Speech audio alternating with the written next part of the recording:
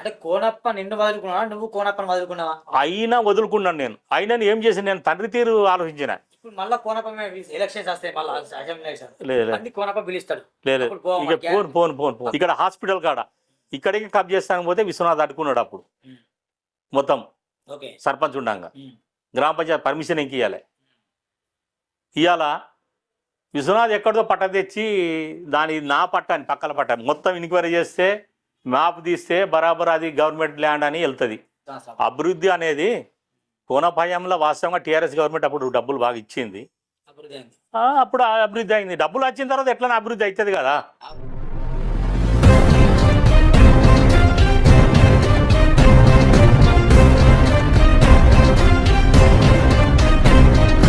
నమస్కారం మిత్రులారా, నేను మీ జర్నలిస్ట్ సూరన్న. ప్రస్తుతం నేను కొమరంభీం ఆసిఫాబాద్ జిల్లాలోని కౌటల మండల కేంద్రంలో తుమరం మాంతయ్య అన్న వాళ్ళ ఇంట్లో ఉన్నాను. వాస్తవానికి ఏమైందో ఏంటో తెలియదు కానీ కుమరం మాంతయ్య కోనేరు కోనప్ప గారికి అత్యంత సన్నిహితుడు. మరి రీసెంట్గా 2 రోజుల క్రితమే తను కాంగ్రెస్ పార్టీలో వెళ్ళడం జరిగింది. అయితే నేను నిజంగా కొంచెం షాక్ అయ్యాను. సడన్గా 2-3 సంవత్సరాల క్రితమే నిజంగా కోనేరు కోనప్ప గారిని విపరీతంగా అభిమానించే వ్యక్తి, ఎన్నోసార్లు కోనేరు కోనప్పకు కావచ్చు, కోనప్ప తనకు కావచ్చు అండగా కలిసిమెలిసి ఉన్న వ్యక్తుడు. మరి సడన్గా ఏం జరిగింది, జరిగిన మతలాభం ఏంటి, ఎందుకు బీఆర్ఎస్ పార్టీకి రాజీనామా చేసేసి కాంగ్రెస్ పార్టీలో వెళ్ళాల్సి వచ్చింది? కొన్ని ప్రశ్నలు ఉన్నాయి, అడగాల్సినవి. లైవ్లో అడుగుదాం, దాని నో డౌట్. నమస్కారం అన్న. నమస్తే సూరన్న. బాగున్నా? అంత బాగా అన్న. లాంగ్ టైం ఫస్ట్ టైం మిమ్మల్ని ఇంటర్వ్యూ చేయడం ముఖ్యంగా మంచిదన్న. ఎందుకని ఏం జరిగింది? ముఖ్యంగా మీ ఇంట్లో కోనేరు కోనప్ప గారి ఫోటో ఉంటుందా, తీస్తారు ఇక పరిస్థితులు ఎట్లుంటాయి చూడాలి, తప్పదు కదా ఇక తీసుడు. మరి ఎందుకు మామూలుగా బీఆర్ఎస్ పార్టీని విడిచిపెట్టి కాంగ్రెస్ పార్టీలో వెళ్ళడానికి ఏకైక రీజన్ ఏంటి? కోనేరు కోనప్ప ఏమైనా అన్యాయం చేసిందా? డబ్బుల దగ్గర మతలబ్ అయిందా, లేకుంటే భూముల పంచాయతీ, లేకుంటే ఏమైనా లొల్లి లొట్ట పెట్టాలని ఏమైనా ఉందా? నేను అటువంటి ఏ ఇబ్బందులు వచ్చినా వెనకపోయేటోను కాదు. నా కుటుంబం ఏంటిదంటే ఫస్ట్ చిన్నప్పుడే నా తండ్రి చనిపోయిండు. అప్పటి నుంచి కష్టపడుతున్నా, అప్పటి నుంచి కష్టపడకుండా పెరుక్కుంటూ వచ్చిన. అప్పుడు కష్టం ఇప్పుడు ఏం లేదు, ఇప్పుడు బిచ్చగాడు ఇంకా మంచిగా బతుకున్నాను లెక్కకు. నేను అప్పుడు మా తల్లి కూలికి పోతే తీసుకొస్తే ఏమన్నా అన్నం వండితే సరిపోదు అందరు, కానీ 5 అన్నదమ్ములం మేము, అన్నం అంటే సరిపోదని అంబలు కాసి తాగి బతికిన వాళ్ళము. అంతకన్నా కష్టం ఇంకా ఇక నాకు రాదనుకుంటా నేను ఇప్పటికైతే. ఇప్పుడు కోనప్ప హయాంలో డెవలప్ అయిన నిజం కదా మీరు? అంటే పట్టుకున్నావు, కొన్ని కబ్జాలు కూడా చేసావట, నిజమా కాదా? కబ్జాలు అనేది జనాలకు తెలుసు, కబ్జాలు అనేది ఎవరు చేస్తారు ఏంటిది అనేది. ఒక్క కబ్జం కన్నా అది చూపెడితే నేను దానికి ఓకే. ఎప్పుడు ఎక్కడ భూముల కబ్జాలు కానీ ఎవరిదన్నా భయపెట్టి పైసలు తీసుకున్నాడు కానీ అటువంటిది ఏం లేదు నా మీద, ఇప్పటి వరకు ఏం లేదు. ఎవరు ఇంకా నన్ను అన్నారు. ఇంకా కౌటల గుట్టలను ఎవరు నాశనం చేసింది? మరి బజార్ ఉంది, కౌటాల అవి ఉన్నాయి కదా. కౌటాల అంగడి బజార్ అంటే అంగడి బజార్ ఉంది, ఎడ్ల బజారు, ఈ గుట్టలు ఇవన్నీ కూడా దాంట్లో ప్లాటింగ్ చేసి గతంలో మీరు కూడా అమ్ముకున్నట్టు. ఇప్పుడు ఎడ్ల బజార్ మీద నుంచే పడ్డది పంచాయతీ ఎడ్ల బజార్ పంచాయతీ. మాకు లేకుంటే కోనప్పకు నాకేం దుస్మన్ లేదు, మేము మాటలు అనుకున్నది లేదు. నేనేమన్నా అక్రమంగా ఏమన్నా సంపాదించి నేను ఇది చేస్తున్నా ఆలయాన్ని ముంచుతున్నామని నన్ను తీసేసింది లేదు. వాస్తవంగా గుడ్ల బజార్ మీద పడ్డది. అది ఏంటిదంటే గత సంవత్సరం మార్చి నెల లోపట, దానికన్నా ముందు విశ్వనాథ్ వర్గం మొత్తం విశ్వనాథ్ వర్గంలో వీళ్ళందరూ కవటాల యూత్ అందరూ ఆయన వర్గంలో ఉండే. కోనప్పని ఇడిసబెట్టి వెళ్ళిపోయిన వాళ్ళు ఆర్ఎస్పీ దగ్గర వెళ్ళిపోయిన అందరూ వెళ్ళిపోయిన తర్వాత కోనప్ప నన్ను ఏమన్నాడంటే, మాంతయ్య మరి ఎట్లా కవటాల మనకు గ్రిప్ కావాలంటే మనం ఏం చేద్దాం, ఎట్లా చేస్తే మనకు గ్రిప్ వస్తుంది అనే ఒక ఆలోచన చేసినప్పుడు నేను అన్నా కదా అన్న. అంటే ఇప్పుడు నా క్వశ్చన్ ఏంటంటే, విశ్వనాథ్ వర్గం మొత్తం వెళ్ళిపోయిన తర్వాత బీఆర్ఎస్ మొత్తం ఇక్కడ ఖాళీ అయిందా? మరి ఖాళీ కదా, ఖాళీ నేనే మిగిలినప్పుడు. మరి మాకు ఇది కావాలని అన్న తర్వాత నేనేమనంటే, అన్న ఏం లేదు, ఈ మార్చి లోపల ఎడ్ల బజార్ వేలం ఉన్నది, వేలంని మనం దక్కించుకుంటే వాళ్ళని కొంచెం దెబ్బ కొట్టినట్టు ఉంటుంది, లేకుంటే 1 వే మనకి ఎవడింక రాడు అక్కడి నుంచి అని చెప్పిన. అప్పుడు అన్నాడు కదా, సరే ఏమన్నా మంచిదేమో, నువ్వు పాట పాడుడే కావాలి, ఏమన్నా చూసుకుంటాం, ఎన్ని పైసలు అయినా పర్వాలేదు కానీ మీరు పాట పాడుడే కావాలని అన్నప్పుడు నేను బీజేపీలోని కొంతమందిని, రావుసీను వర్గం కొంతమందిని. బీజేపీ అంటే ఒక్కటే కానీ బీజేపీ ఒక్కడు, రావుసీను వర్గం ఒక్కడు, మళ్ళీ మా గ్యాంగ్ నా వర్గం ఎంత అవుతున్నదో అంతమంది కలిసి 28,50,50,000 పాట పాడినాం. పాడితే అది వాళ్ళకి జీర్ణం కాలే. ఎవరికి ఏ వర్గానికి జీర్ణం కాలే? ఆ విశ్వనాథ్ వర్గం వాళ్ళు ఉన్నారు కదా, ఆ గొడ్ల బజార్ ఇన్ని రోజులు ఏకదాటికి 25 సంవత్సరాలు నడిపినోళ్ళు, వాళ్ళకి జీర్ణం కాలే. కాకుంటే అప్పుడు ఇక మళ్ళీ చూసుకుంటా ఇంకా అక్కడ మన ఊర చెరువు అని ఉంది ఒకటి మన కౌటాల్లో, ఆ చెరువుకి ఇంకా వేసినాం టెండర్. ఇక ఆ చెరువుని ఇంకా అలా పోనీయద్దని అని చెరువు టెండర్ మేము వేసి చెరువు వెంబడి మేము పడ్డాం. దాని తర్వాత వాళ్ళందరూ ఇప్పుడు మళ్ళీ పోయినోళ్ళు విశ్వనాథ్ వర్గం వాళ్ళు అందరూ కోనప్ప దగ్గర మళ్ళీ చేరిండ్రు ఒక్కొక్కరుగా, అందరు వచ్చి చేరిండ్రు. ఇక విశ్వనాథ్ వర్గం మొత్తం ఖాళీ, మళ్ళీ కోనప్ప దగ్గరకు వచ్చారు. విశ్వనాథ్ ఒక్కడే మిగిలి ఉన్నాడు. అందరూ మళ్ళీ కోనప్ప దగ్గరకు వచ్చేసారు. ఇక ఈ వర్గం అందరు వచ్చిండ్రు. అయితే ఆయన రాడంటే నేను ఎట్లా నమ్మతట్టు లేదు, కానీ వస్తే రావచ్చు లాస్ట్ వరకు. వాళ్ళందరూ వచ్చే ఉన్నారు కదా ఇక్కడనే. అయితే వచ్చిన తర్వాత మరి వీళ్ళు కోనప్పతో ఏం మాట్లాడినలో ఏమన్నాలో కానీ కోనప్ప మళ్ళీ నన్ను అడిగిండు, మాంతయ్య ఇక ఇది అంగడి బజార్ అయితే గొడ్ల అంగడి మీరు చేసుకుంటారు కదా, చేపల చెరువు మాత్రం నువ్వు జోలికి పోకిగా పోని, వాళ్ళు చేసుకొని ఇప్పుడు చేపల చెరువు నాలకుండాని ఇప్పుడు అని అన్నాడు. అంటే సరే నేను ఎవరితో గొడవ పడే ఉద్దేశం నాకు లేదు. సరే మంచి చేసుకొని అన్న, నేనేం లేదంటున్నా, అలా చేసుకొని ఈ కారు నుంచి దానికోసం నేను జోలు దియ్య అక్కడికి పోనని చెప్పాను నేను. ఇక చేపల చెరువు చేసుకుంటూ వచ్చిండ్రు. వచ్చిన తర్వాత మళ్ళీ కొన్ని రోజుల తర్వాత ఇక గ్రామ పంచాయతీ ఎలక్షన్లు వచ్చినాయి. ఎలక్షన్ వచ్చిన తర్వాత మాంతయ్య ఎస్సీ ఉన్నది సర్పంచ్, మరి ఎవరు నిలబెట్టాలి, మనం ఎవరు నిలబెడితే బాగుంటుంది, మంచోడు కావాలి మనకు అని అన్నాడు. అన్న తర్వాత ఎందుకన్నా నక్కశంకర్ లేడా అని అన్నాడు. నక్కశంకర్ ఎక్కడ పడితే అక్కడ తాగి అక్కడిక్కడ పడతాడని అందరు చెప్తాను, ఆయన కరెక్ట్ లేడు, ఇంకా మంచి మంచి ఎవడని ఉంటే చూడండి. చూడంటే నేను హెచ్పి జానకిరామ్ ఉన్నాడు కదా, జానకిరామ్తో మాట చేసి ఆయన ఓకే అన్నాడు. వస్తాను కోనప్పతో మాట్లాడిపించిన, కోనప్ప ఇంటికి ఇంకా తీసుకుపోయిన ఇట్లా తీసుకుపోయిన తర్వాత అప్పుడు కొంచెం మాట్లాడిన తర్వాత కోనప్ప వెళ్ళిపోయిన తర్వాత ఈ వర్గం అందరు కూర్చున్న తర్వాత జానకిరామ్ కానీ ఆ షావుకారు పెట్టినట్టు నువ్వు పైసలు పెడతావా అని అడిగింది లేదు. ఇంతకుముందు మనీష్ షావుకారు పెట్టిండు కదా గ్రామ పంచాయతీ, అట్లా పెట్టినట్టు పెట్టాలి మరి అని అన్నలేదు. పెట్టాలంటే అయినా అంతా పెట్టకుండా నేను పెట్టే కాడికి పెడతాను అని అన్నాడు. అన్న తర్వాత నెక్స్ట్ డే మళ్ళీ కోనప్ప వచ్చింది. పొద్దున వచ్చిన తర్వాత జానకిరామ్ని పిలిపించినాం. ఆయన పిలిపిస్తే కొంచెం వస్తానికి కొంచెం లేట్ చేసిండు, ఎందుకంటే నా ఇంట్లో అన్నదమ్ములకు మా పెద్దనాళ్ళకు చిన్నాళ్ళకు అందరు చెప్పి నేను వస్తా, కొంచెం ఆయన లేట్ చేశాను. లేట్ చేస్తే వీళ్ళు ఏమన్నారంటే వీళ్ళకు ఉద్దేశం ఫస్టే లేదు ఈయనను కలపద్దని ఉన్నది వాళ్ళకు. వాళ్ళు ఏమన్నారంటే ఇప్పుడు రమ్మంటే రాడు, పొమ్మంటే పైసలు ఇంకా రాత్రి పెట్టాని అన్నాడు.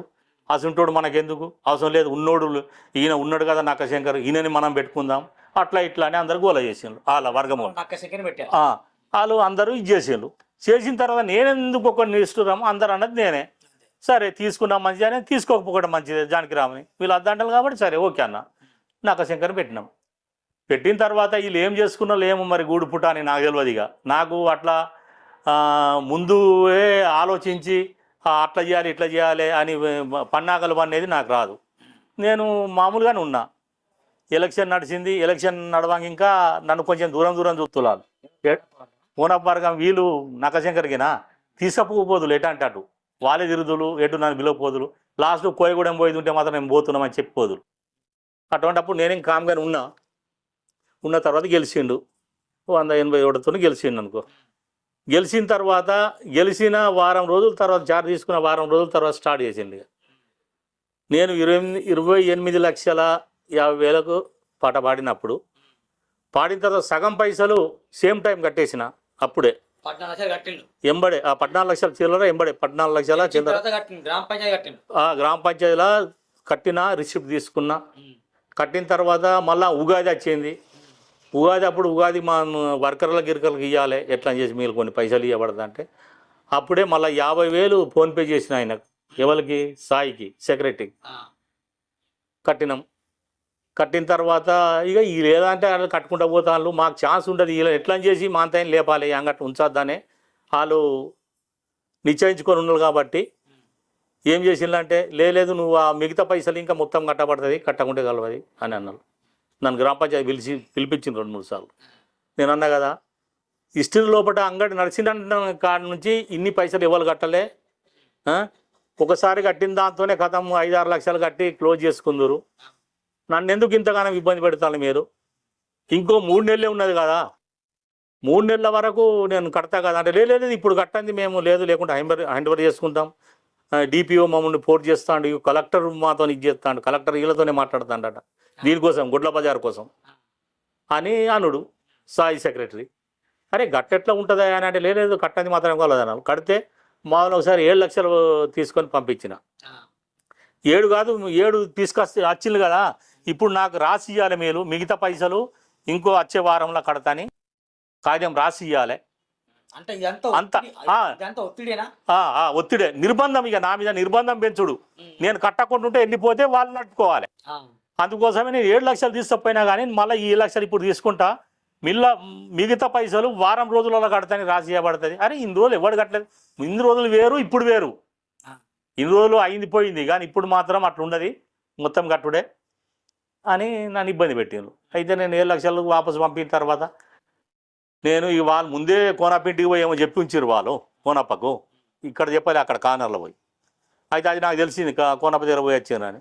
ఇక నేను పోలే, మా కొడుకునిచ్చి అంగడి బజార్ వాళ్ళు అందరినీ కోనప్ప గారి ఇంటికి పంపిన. అక్కడికి నేను ఇంకా పొద్దునే ఈ స్టోరీ చెప్పాలి కదా, వీళ్ళు మాకు ఇంకేం జరిగింది ఎట్లా జరుగుతుంది అని చెప్పాలి కదా అని పంపించిన తర్వాత కోనప్ప ఇష్టమైన అందరి పేరు అడిగాను, ఈడెవడు వాడేవాడు అంటే ఈ చందు రాలే, చందుగాడు ఏంటిది మా సర్పంచ్ని మమ్మల్ని అనుడు ఏంటిది, ఆడేం త్రూమ్ కానా, ఆడేమనుకుంటాడు అని ఆడు చెప్పినట్టు మీడియట్లో నడుపుతాను అని అన్నాడు. పాపం ఆడింది ఏం లేదు దాని లోపల, మేము చెప్పినట్టే వాడు నడుపుతాడు, ఆయనది ఏం లేదు. కానీ ఆయన ఎట్లా పడితే అట్లా వీళ్ళని ఇంకా పోయిన వాళ్ళని తిట్టి పంపించి నేను ఆ రోజు ఏది ఫైనల్ క్రికెట్ ఉండే ఇక్కడ, నేను వస్తా వచ్చిన తర్వాత మాంతాన్ని పిలిపించి మాట్లాడతా పో అన్నాడట. మళ్ళీ బయట వెళ్ళి వచ్చిన వాళ్ళు మళ్ళీ పిలిచి మళ్ళీ ఏమనుకున్నాడు తిట్టి అంతా అన్న తర్వాత సరే మాట్లాడతానేమో రాని మరి నేను ఇంకా మాట్లాడతా అని నేను అనుకున్నా. ఇక్కడ వచ్చిన తర్వాత నన్ను విలువలేగా ఆయన, కలవలే నన్ను విలువలే ఆయన. ఇక పిలువనప్పుడు నేను ఎందుకు పోతా, నేను 7 లక్షలు పోయి ఉన్నాయి కదా, మరి 14 లక్షలు 15 లక్షలు 15 లక్షలు పోయినాయి కదా, ముందు 14 50 కట్టి మొత్తం 15 లక్షలు పోయినాయి. ఆ డబ్బులు మీరు రికవర్ అయినాయి? మరి రికవరీ ఎక్కడ అవుతాయి, ముందే లాసులు ఉన్నాం, ఇంకా లాసు మొత్తం పోయినట్టే. అయితే నన్ను పిలవకుండా నేను ఒక సందర్భంలో ఆయనకు అవసరం పడితే 50,000 ఇచ్చి ఉంటే కోనప్పకు ఒకసారి ఇచ్చి ఉంటే ఆ పైసలు ఇంకా గులసంతో ఇంటికి పంపిండు. ఇంటికి పంపితే నన్ను పిలువాడు అన్నట్టు నాకు కన్ఫర్మ్ అయిపోయినట్టే కదా, లేకుంటే నాకు పిలిచి ఇవ్వాలి కదా ఇంటికి. ఆ 50,000 నా ఇంటికి పంపిండు ఆయనతో. ఇంటికి పంపిన తర్వాత నేను కన్ఫర్మ్ అయినాయిగా ఈయన నన్ను విలువడు, నన్ను తీసుకునే ఉద్దేశం లేదు, నేను ఏం చేసి ఉన్నా ఆయనకు. అంటే కోనప్ప నిన్ను వదులుకున్నావా, నువ్వు కోనప్పని వదులుకున్నావా? అయినా వదులుకున్నాను నేను. అయినా ఏం చేసి నేను తండ్రి తీరు ఆలోచించిన. మళ్ళీ కోనప్ప ఎలక్షన్స్ వస్తాయి, మళ్ళీ కోనప్ప పిలుస్తాడు. అంటే కోనప్ప నిన్ను వదులుకున్నావా, నువ్వు కోనప్పని వదులుకున్నావా? అయినా వదులుకున్నాను నేను. అయినా ఏం చేసి నేను తండ్రి తీరు ఆలోచించిన. మళ్ళీ కోనప్ప ఎలక్షన్స్ వస్తాయి, మళ్ళీ కోనప్ప పిలుస్తాడు. పోను. ఎందుకంటే నేను ఆయనను ఒక తండ్రి లేక అభిమానించిన, తండ్రి కన్నా ఎక్కువ. నా తండ్రి చిన్నప్పుడే పోయిండు కాబట్టి నేను తండ్రి లెక్క ఆయన చూసిన. నేను ఎప్పుడు ఆయనకు పని ఇవ్వమని డిమాండ్ చేయలే, ఎప్పుడు పని ఇవ్వమని డిమాండ్ చేయలే, ఎప్పుడు నాకు పదవి కావాలని డిమాండ్ చేయలే, నాకు ఎప్పుడు పైసలు ఇవ్వమని అడగలే. పదవులు వచ్చాయి, బ్యాంకులో కూడా పదవులు వచ్చాయి మీకు, సహకార బ్యాంకు చైర్మన్ అయ్యారు మీరు. చైర్మన్ అయిందంటే చైర్మన్ నేను కోనప్ప నిలబడు అన్నాడు, నిలబడు మా అంత అయినా నిలబడ్డాడు. నేను ఏదో చేసి యూనియన్ అయిన తర్వాత నాకు డిసిఎంఎస్ వైస్ చైర్మన్ ఇప్పించాడు. రాజకీయ పదవులు అనుభవించడానికి కోనప్ప కారణం కాదా అని? దానికి నేను లేదని అంటలేను కదా, అది చేసిందంట, చెయ్యేందుకు దానికోసం చెప్పగలరు, అది చేసింది అది తగాదా. దానికోసం ఇక నేను అప్పటి నుంచి 3 నెలల నుంచి ఆయన దగ్గర పోకుంటే ఆయన మళ్ళా అందరిని వాళ్ళని వీళ్ళని నా దగ్గర పంపుడు. ఫస్ట్ ఎవరిని పంపిండు, గుజ్జ రమేష్, అమోల్ గౌడు 2 సార్లు వచ్చిండు వాళ్ళు నా దగ్గర. కోనప్ప సార్ పిలుస్తాను రా అని. నాకు రావాలి ఆయన అంటే నాకు మంచిగా అనిపిస్తలేదు, ఆయన ముఖం చూస్తాను నాకు బాధ అనిపిస్తుంది. ఎందుకంటే నేను చెయ్యని తప్పకు నా మీద నేను లాస్ అవుతున్నా, నేను అది పాడి లాస్ అయినా లాస్లో ఇప్పటికన్నా కవర్ చేసుకుంటాను, కవర్ చేసే అవకాశం నాకు ఇవ్వాలి కాబట్టి నేను బాధ అనిపిస్తున్నది. నా ఎట్లా నాకు ఇప్పించేది ఉంటే ఆయనతో నచ్చి మాట్లాడతా, లేకుంటే నేను మాత్రం మాట్లాడా అని అన్న తర్వాత లాస్ట్ ఇక రేపు వెళ్ళిపోతా వేరే పార్టీలు అనగా మళ్ళీ నక్కశంకర్, పూసపల్లి తిరుపతి, గోల సంతు మా ఇంటికి వచ్చిండ్రు. ఇంటికాడ నేను లేకుంటే చేనులు ఉంటే వాళ్ళు చేనుకి వచ్చింది. మళ్ళీ చేనుకి వచ్చి నక్కశంకర్ మాట్లాడిండు ఒకడిగా, అన్న మేము సార్ పిలుస్తాను ఇంటికి మాట్లాడాలట రమ్మంటాను. నేను ఏం మాట్లాడాలి అక్కడ వచ్చి, ఏం మాట్లాడాలి ఆయనతో? మాట్లాడేది ఏముండదు, నేను మాట్లాడుకుంటా మీరు ఓన్లీ అన్న. నక్కశంకర్ గదవ పట్టిండు, నాది ఏం లేదు అన్నాడు కదా. ఏం లేకుండా గదవ బట్టి అవసరం ఏంటి? గదవ బట్టి నువ్వు పెద్దోని, నీ వెనక మేము నడుస్తావు, నువ్వు సీనియర్ ఇట్లా నాకు సీనియరు నువ్వు అని గదవ పట్టినా నేను మాత్రం రాను, నాకు ఇజ్జత్ అనిపిస్తాను ఆయన దగ్గర వస్తాను. నా అంగడి బజార్ నాకు ఇప్పించిండు అనుకో, మా వాళ్ళు మళ్ళీ స్టార్ట్ చేసిండ్రు అనుకో, నేనే వచ్చి ఆటోమేటిక్గా కలుస్తా. కానీ అంతసేపు మాత్రం నేను రాను, ఆయన ముఖం చూస్తాను, నాకు మంచిగా అనిపిస్తుంది. ఇప్పిస్తే ఇక టైం అయిపోయింది, ఇప్పించినా పోను, ఏం చేసినా పోను. ఎందుకంటే నాకు సంపాదన మీద కానీ రాజకీయ పదవి కావాలని కానీ నాకు ఎక్కువ ఆశలు లేవు. ఇన్ని రోజులు ఈ సంతోషంగా బతుకున్నా ఇంతే చాలు. ఆ ఆశలు ఉన్నోళ్ళు అటు ఇటు ఉరుకులాడతారు. నేను ఇజ్జత్తో బతుకుతా, నాకు ఇజ్జత్ ఉంటే, నాకు విలువ ఇస్తే ఏం లేకుండా ఆయన దగ్గర పడి చేస్తే ఎవరి దగ్గర అన్నా కానీ. ఇన్ని రోజులు కోనప దగ్గర పడి వచ్చినా, ఇప్పుడు దండవిట్టలు నాకు విలువ ఇచ్చి నన్ను కాపాడుకుంటే ఆయన దగ్గరనే ఉంటాను నేను. నాకు దండవిట్టలు ఏమైనా మంచోడని నేను అంటలేను, మంచోడని నాకు ఆయన కోసం నాకు ఏం తెలియదు కదా. అంటే ఇప్పుడు కాగజ్ నగర్ లో కూడా దండవిట్టలు కూడా మన దక్కన్ సిమెంట్ కంపెనీ ఆ ఇష్యూలో ఆయన భూమి రైతులకు ఆయన ఇచ్చిండట, ఈయన రైతులకు ఇచ్చిండట, ఇష్యూ నడుస్తుంది. దాదాపు ఒక 5 నుండి 6 కోట్ల ఫ్రాడ్ చేసినట్టు దండవిట్టలు కూడా. అలాంటి దగ్గర కూడా మీరు చేయాలంటే ఎట్లా మనసు ఎట్లా అయితే కావచ్చు. కానీ నేను దండవిట్టలు ఇంటికి ఒక ఇల్లు ఎక్కడ ఉన్నదానికి నాకు ఇప్పటివరకు తెలియదు, ఆయన కోసం నాకు అసలుగా తెలియదు. ఒకవేళ ఇప్పుడు కాంగ్రెస్ మీద పగతో ఆయన అంతేనా? అంతే. ఇప్పుడు ఏంటిదంటే ఏదైనా ఒక పార్టీ నేషనల్ పార్టీ కాబట్టి ఆ పార్టీ దగ్గర పోయినా, పార్టీ లోపల మంచి వాళ్ళు ఉంటారు, చెడ్డోళ్ళు ఉంటారు. దాని లోపల నేను మంచివాడు అనుకొని పోయినా, అయినా నన్ను మంచిగా చూస్తే నేను ఆయనతోనే ఎల్లకాలం ఆయనతోనే ఉంటాను. నేను మళ్ళీ నాకు ఇటువంటి స్వతంగా నా మీద కావాలని కక్ష, నన్ను ఎల్లగొట్టాలని కక్ష సాధింపు చర్య ఏమని చేస్తే ఎల్లుడు తప్ప, లేకుంటే వెళ్ళేది అనేది ఉన్నది దండవిట్టల దగ్గర. కొమరం మాంతయ్య ఎవరి కింద పని చేయడు, లేదు, అంతే. బానిసత్వం అంటే బానిసత్వం, సంపాదన, అక్రమ సంపాదన కావాలన్నోడు అటు ఇటు ఉరుకులాడతారు. నాకు అది లేదు. ఉన్న దాని లోపల నేను సుఖంగా బతుకుతున్నా. నేను అప్పుడు తిండికి లేను అని, నా తండ్రి చనిపోయిన నాకు అంబలు దొరకలే. అటువంటి అప్పుడు నాకు ఇప్పుడు తిండి మస్తు ఉన్నది, భర్పూర్ చేళ్ళ మస్తు పంట పండుతున్నది. అప్పుడు నాకు బట్టలు లేకుండే, ఒకటే అంగి మీద చెడ్డి మీద ఉంటుంటే, అటువంటి ఇవాళ 30 రోజులు రోజుకొక సెట్ వేసుకుంటా. ఇవాళ మంచిగా న్యాయంగా నాకు దేవుడు నాకు ఇస్తాడు అంతే. కానీ ఇప్పటికింకా మీరు ఎవరైనా అడుగులు, ఎవరి దగ్గర ఎవరు ముంచినా అది చేసినా అనేది రిమార్క్ నాకు లేదు. నేను దాదాపు సర్పంచ్ నక్కశంకర్ ఇంటర్వ్యూ చేశాను. ఏమన్నానంటే వాస్తవానికి కొమరం మాంతయ్య కాంగ్రెస్ పార్టీలో వెళ్తారా వెళ్ళడానికి క్వశ్చన్ వేస్తే ఆయన వెళ్ళిన నష్టం లేదని చెప్పి, మరి బీఆర్ఎస్ నష్టం లేదా? ఇక నష్టం లేదన్నాడు. ఇక్కడ కబ్జాలు చేయలేదు, కబ్జాలు చేసిన వ్యక్తులు వేరే వాళ్ళని చెప్పాడు. ఆయన ఎవరి దగ్గర కబ్జా చేయలేదు, నీతిగా నిజాయితీగా బతికే వ్యక్తి నక్కశంకర్ అంతా చెప్పుకొచ్చి. దీనిపైన మీరిచ్చే సమాధానం? అయితే నక్కశంకర్ నీతిపరుడు అది ఇది అని అంటాను కదా. సెటిల్మెంట్లలో ఏం చేసిండు ఆయన గుండె మీద చేసుకొని చెప్పాను. పొజ్జలేంకన్నా సెటిల్మెంట్ ఏంటిది, అక్కడ సీను సాకలలో సీను పంచాయత్ సెటిల్మెంట్ ఏంటిది, మళ్ళీ ప్రదీప్ సాగు గారి సెటిల్మెంట్ ఏంటిది. కొన్ని సెటిల్మెంట్ అట్లా సెటిల్మెంట్లను చేసుకుంటారు. నాది అట్లా సెటిల్మెంట్ చేసినట్టు ఏమన్నా చూపెట్టు ఒకటన్నా. అరే సవాలే లేదు, సెటిల్మెంట్ చేస్తే ఇడుసుడు లేదు. వాడు ఒడిసినంతసేపు ఇడుసుడు లేదు. ఇక ఆయన ఒడవాలే ఇడవాలే. మరి ఇదే సెటిల్మెంట్ కూడా చిత్తల మానేపల్లి మండలం కూడా చేస్తారు కదా, ఆ నాయకుని పేరు నేను చెప్పాను. కానీ ఆయన పై మీ అభిప్రాయం మరి? ఆయన దాంట్లో మన చేయగల మరి? నేను అన్నా ఇంతకు ముందే చెప్పినా కదా, అందరు మంచోళ్ళు ఉంటారు, చెడ్డోళ్ళు ఉంటారు. దాన్ని బ్యాలెన్స్ చేసుకుంటా పోయే రాజకీయ నాయకుడు కావాలి. అంటే నాయకత్వం ఎవరు చేసినా మాత్రం చేయడు సెటిల్మెంట్. నేను మాత్రం సెటిల్మెంట్ చేస్తే 10 మందిని ముందట పెట్టి చేస్తా, 10 మంది ముంగట చేస్తా, 10 మందికే అది మన ఇది కావాలి. కానీ నేను సొంతంగా చేసి సాటుకు చేసి నేను అక్కడికి చేస్తా, వాళ్ళతో మాట్లాడతా, వీళ్ళతో మాట్లాడతా అని డబ్బులు గుంజే రకం అయితే నాది కాదు. అంతే అంతే. క్లియర్ కట్ గా రాజకీయం ఆ, చేస్తారు. ఆ, ఇప్పుడు ఏంటి మరి బాబు, ఇప్పుడు కాంగ్రెస్ పార్టీలో వచ్చారు, ఆ. ఇప్పుడు దీంట్లో ఏమైనా పదవి లాంటిది ఏమైనా ఉందా మీకు? అంటే సాధారణ కార్యకర్త లేకుండా, లేకుంటే మండల అధ్యక్షుడు, లేకుంటే జిల్లా స్థాయిలో ఏమన్నా కార్యక్రమాల కోసం? మండల అధ్యక్షులు ఉంటావని అదే రోజు కలిసిన రోజే నన్ను అడిగిన్లు. సరే గంగరామ్ ఉన్నాడు కదా, గంగరామ్ ఉండని, నాకు అది ఆశ లేదు. తర్వాత ముందు ముందు ఏమన్నా అవకాశాలు వస్తే మీరందరూ కరెక్ట్. ఇప్పుడు సడన్ గా దానికోసం చేరితే ఆ, మాంతయ్య మండల దానికోసం అధ్యక్షుడు వచ్చారు. అంటారా? అట్లా కాదు.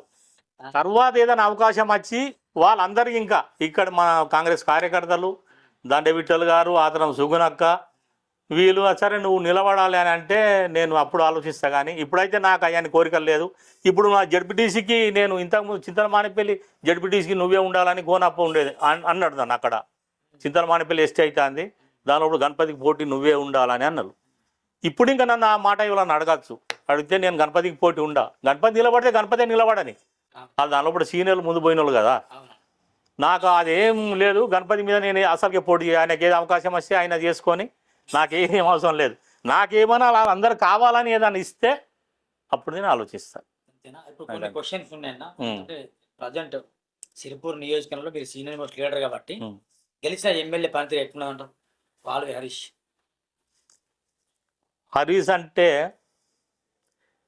అక్కడ మంచి కనబడతలేదు, చెడు కనిపిస్తలేదు. అంటే పాలవి హరీష్ బెటరా, కోనప్ప బెటరా? ఇద్దరిలో పోల్చుకుంటే ఎవరు బెటర్?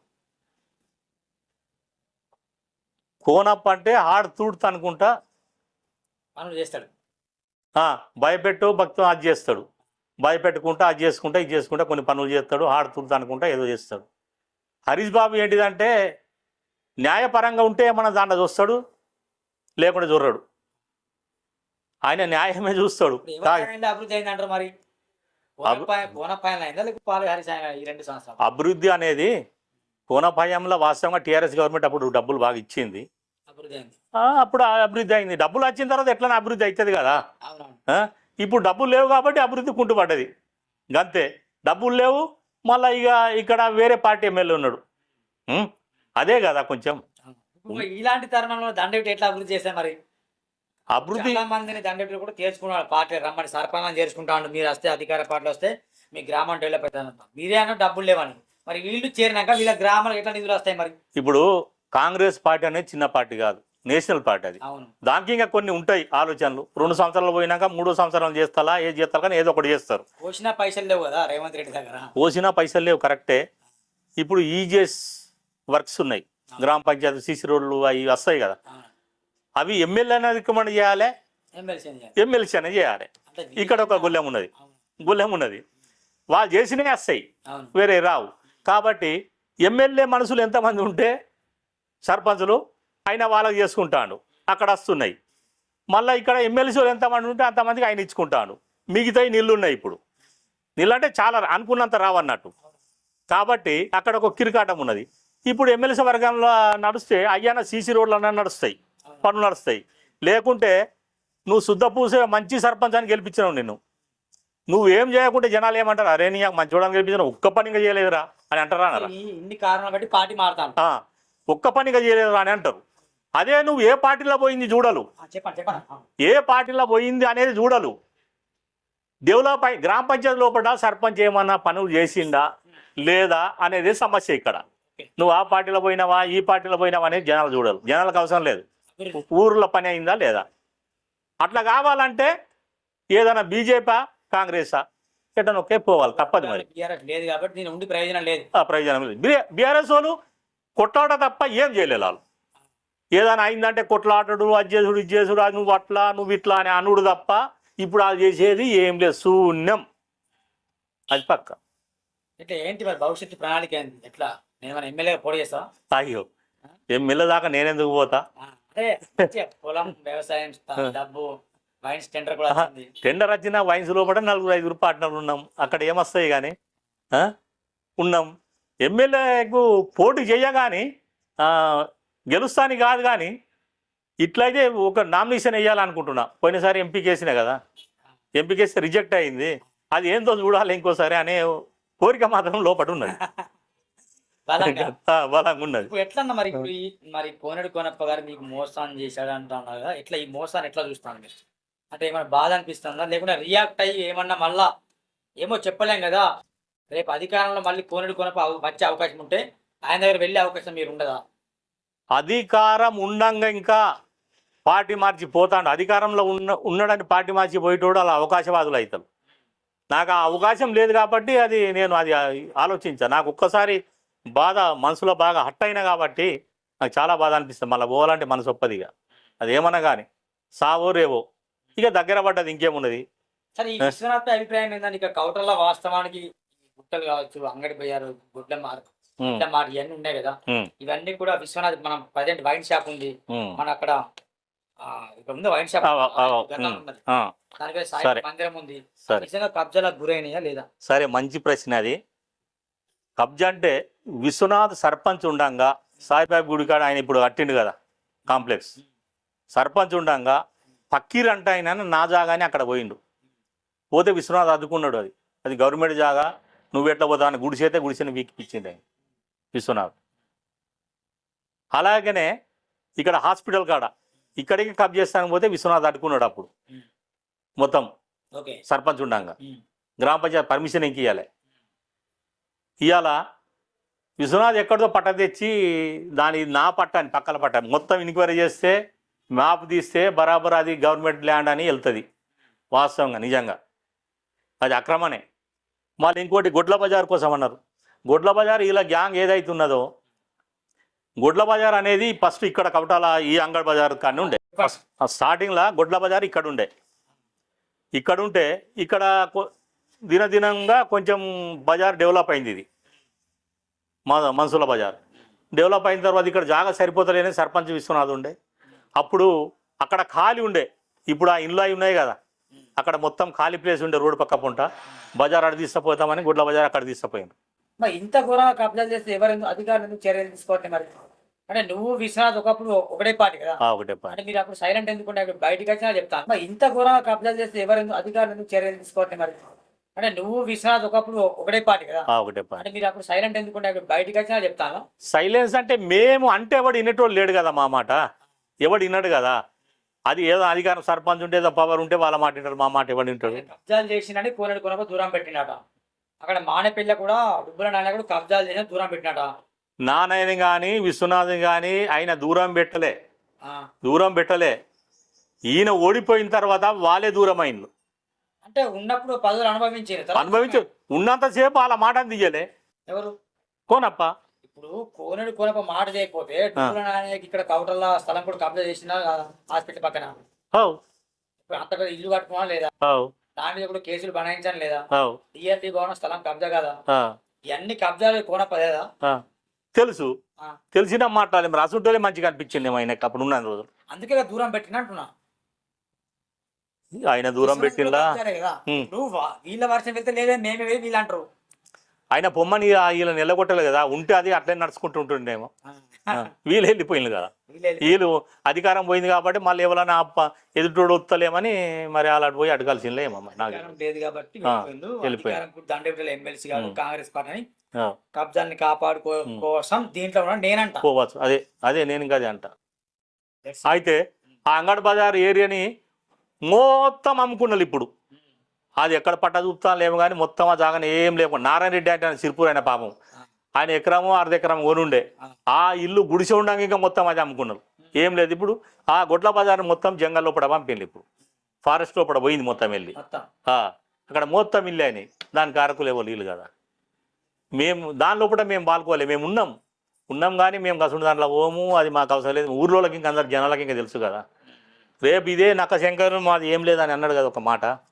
దాని లోపల చేయలే. ఇప్పుడు అప్పుడు నేను గెలిచిండు ఆయన. నేను ఏది లేకుండా నేను గెలిచిండు. ఇప్పుడు ఎంపీటీసీ ఎలక్షన్లు వస్తాయి కదా. ఎంపీటీసీ ఎలక్షన్ లోపల జనాలు ఎవరు మంచోళ్ళో వాళ్ళకి వేస్తారు కదా, తెలుస్తుంది కదా జనాలు. ఆయన మంచోడు అనుకుంటే ఆయనకి వేస్తారు, గెలిపిస్తారు. కోనప్ప ఏమైనా కబ్జాలు చేసినా లేదా? కోనప్ప కబ్జాలు ఇక నాకు తెలియదు. పెద్ద మనకేం తెలుసు అవి పెద్ద లెవెల్. కోనప్ప చేసినా చేయలేదు అంటున్నా. ఇక ఆయన కోసం నాకు తెలియదు. ఇదండి ముఖ్యంగా కుమరం మాంతయ్యతో నేను చేసిన స్పెషల్ చర్చ. కోనేరు కోనప్ప గారికి కుమరం మాంతయ్య గారికి ఎక్కడ చెడింది అనేది నా తమ్మునేల్. ఎక్కడ వీళ్ళ మధ్య ఘర్షణ మొదలైంది. ఆయన వ్యక్తిగతం చెప్పుకుంటూ వస్తాడు. సొంత తండ్రిలా భావించాం కానీ జస్ట్ ఒక ఎడ్ల మార్కెట్ దగ్గర మాత్రం వివాదం మాత్రం సృష్టించబడాలి. ఈయన డబ్బులు 14 లక్షలు లాస్ అయ్యాడు. ఆ డబ్బులు రాలే, మార్కెట్ కూడా రాలే మీకు, ఇది కూడా రాలే. కాబట్టి నేను మాత్రం కోనేరు కోనప్ప గారి మొహం చూడబుద్ధి అయితే లేదని తను చెప్తున్న మాట. లెట్స్ సీ ఈ విషయంలో గౌరవ మాజీ ఎమ్మెల్యే కోనేరు కోనప్ప గారిని కూడా అడిగి తెలుసుకునే ప్రయత్నం చేద్దాం మనం. చూడండి సూరాన్ టీవీ, సబ్స్క్రైబ్ చేయండి, బెల్ బటన్ క్లిక్ చేయండి. Thank you. నమస్తే.